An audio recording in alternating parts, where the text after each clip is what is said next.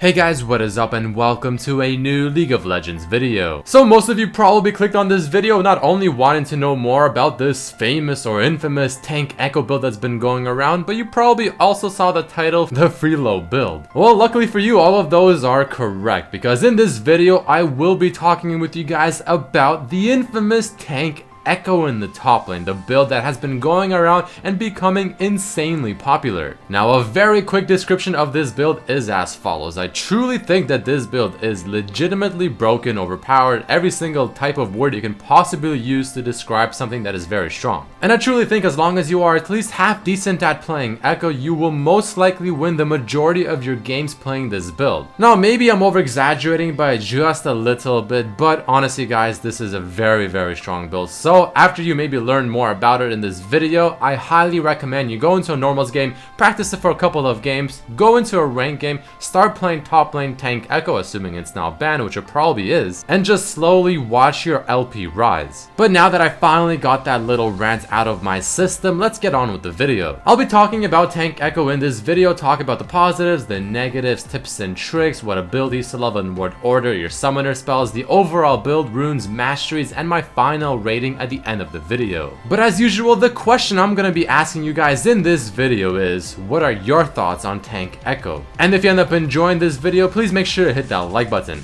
Alright, so let us first start things off by talking about the positives of tank Ekko in the top lane, or in other words, what makes it so strong. Well, aside from the fact that you can buy Iceborne Gauntlet and Sunfire Cape on essentially any champion and be relatively successful with them, it just so happens that these two items work even better on Ekko. You are literally going to be the definition of annoying once you get your first 3 or so items, because not only are you going to be exceptionally difficult to kill because you are building tank items, but your ultimate will give you the extra health regeneration, make you harder to catch. He recently got buffed, so now he moves around faster from his passive, and his Q ability will slow. His E ability gives him plenty of mobility. His W also gives him a lot of CC control and an AoE stun. You are going to be the definition of annoying. But on top of that, he also has fairly good base damage. A lot of his abilities doing quite a bit just from themselves. You're able to utilize the Iceborne Gauntlet's Sheen type damage very easily with your E ability. You have good percent damage coming out of your W passive. Your passive itself does fairly good damage as well. There's just a lot of small components through various parts of not only Ekko's kit, but also the itemization and how it synergizes with Ekko's kit, that when it comes into one big hole and into one big bucket, it works out beautifully.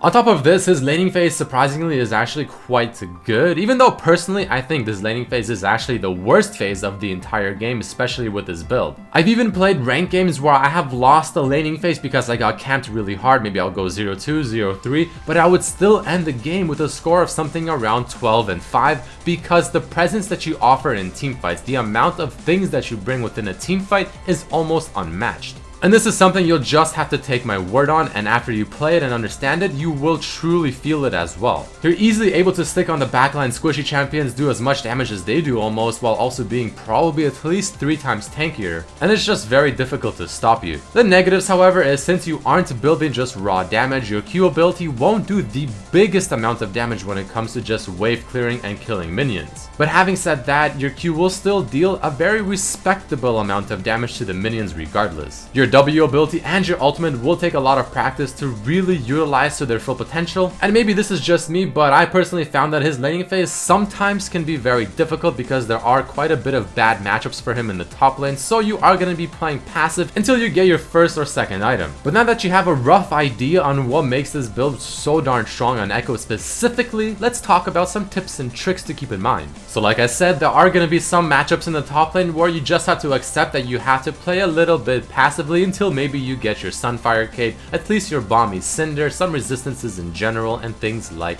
that. But when you do go in for the trade in the laning phase, you obviously want to proc your passive by using your Q, your E, and then an auto attack, or ideally, your Q, E, and then the third part of your Q coming back procs your passive. But make sure that you have your Grasp of the Undying ready to go so that it activates as you hit your E ability on the enemy champion. Now, after playing tank Ekko for a few games, and actually playing Ekko himself for a lot of games, I have found out, and especially regarding tank Ekko, the best way to utilize this build and to truly be an annoyance is to really make make use of your passive. And when I say that, what I mean is to essentially proc your passive damage on a target, get the move speed, you slow them as well, run around in a circle, literally run around in a circle, make them very annoyed, make them try and chase you and try to go after you, because usually they are simply not fast enough to catch up to you, and if by some chance that they do, well, chances are your abilities are back up. You can do it all again with your Q ability, your E ability, and an auto attack. You can then follow it up with your ultimate to maybe disengage, to go to the opposite area of the map or the battlefield, use your W to slow them, to stun them. You have so many options, and you are all about just being a nuisance and being very, very annoying. Something else that's also very strong about Tank Ekko, that is without question something else that makes him flat out broken, is how effectively he can tower dive. A lot of the time you are going to be rushing a Sunfire Cape. Now obviously that gives you armor, and what does armor do for you? It helps you tank towers. So when tower diving, you can usually tank the tower for a very good amount of time. You can usually stick onto the target very easily because of the slow from your passive and your Q, plus the extra move speed you'll get from your own passive. Your W shield will help you sustain a bit more damage from the tower, and when worse comes to worse and you have to peace out, you have to retreat or cancel the tower aggro, you just press R and you're good to go. You're also able to initiate team fights very frequently, again because of the W potential stun, and also because of how tanky you are and how easily you can simply retreat with the press of a button. There's just so many different things you can do with this build. You have so many damn options, it's just kind of ridiculous. And even if you were to mess up and maybe make a mistake here or there, chances are you're perfectly fine. Chances are you are not gonna die from it because you're too tanky and you are gonna be a-okay. A really cool combo that you should learn to do with Ekko as well, now this isn't specific to Tank Ekko, this is just Ekko in general, is to E on your target, auto attack Q, use the Q to try and obviously keep it on them to slow them. But as you're doing that, just run away. Pretend like you just went in for a very quick harass, you're running away, you're good to go. But then just the second you start running away, throw your W to where you just were and where you just were fighting them. The opponent will think you're retreating, maybe you're going back to just farm to CS or whatever, but then the second your W starts appearing and the second that they see your W on the ground, chances are your ultimate is within that W as well. So you press R, you are most likely going to hit the opponent with your ultimate while also appearing instantly within your W, you stun them and you go in for the kill. It's fairly difficult to do, but it is also very, very effective and can catch a lot of people off guard. But now that we got some of those tips and tricks and just things to keep in mind when playing Tank Ekko, let us next quickly talk about the abilities and summoner spells to get. So first, starting off with the abilities, you almost always want to start with your Q at level 1, E at level 2, and almost always your W at level 3.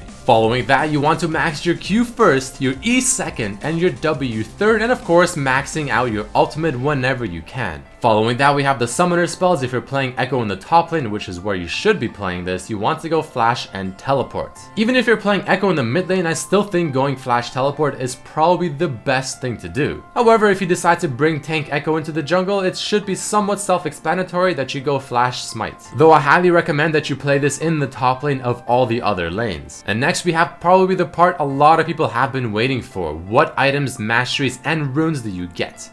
So starting off with the masteries, first you want to go 12-0-18. Now Grasp of the Undying is what makes this a lot better. So without question, you want to spec into that keystone and put the remainder 12 points into the ferocity tree. The ferocity tree just simply works very well on Ekko, and it gives you just a little bit of extra offensive stats that really just overall help you out so much. But next up, let's talk a bit about the runes. So I will be sharing two different pages with you guys, and the first of which being the one you see currently on your screen. This page is as follows. You have attack speed reds, you have armor yellows, you have flat MR blues, and then you have flat AP quints. This is the rune page I see a lot of the high elo players run, people in Korea, people in NA, EU West, and just in general. Now the main thing that differs between this page and the second page I'll show you in a bit are going to be the red runes, the ones that give you the attack speed. The reason that they run attack speed is because it just helps you proc your passive faster, it makes your auto attack animation overall smoother, and it really just works out in that way. So you can either do this page or you can do the other page that I personally use sometimes because it just works for me as well. It shouldn't matter too much. And here's the page that I was talking about. This one has the exact same runes except for the red ones, and here I have magic penetration instead. This one just personally works for me. I like the magic penetration reds. Again, the attack speed ones are just as good if not better, so you can choose which one you like more.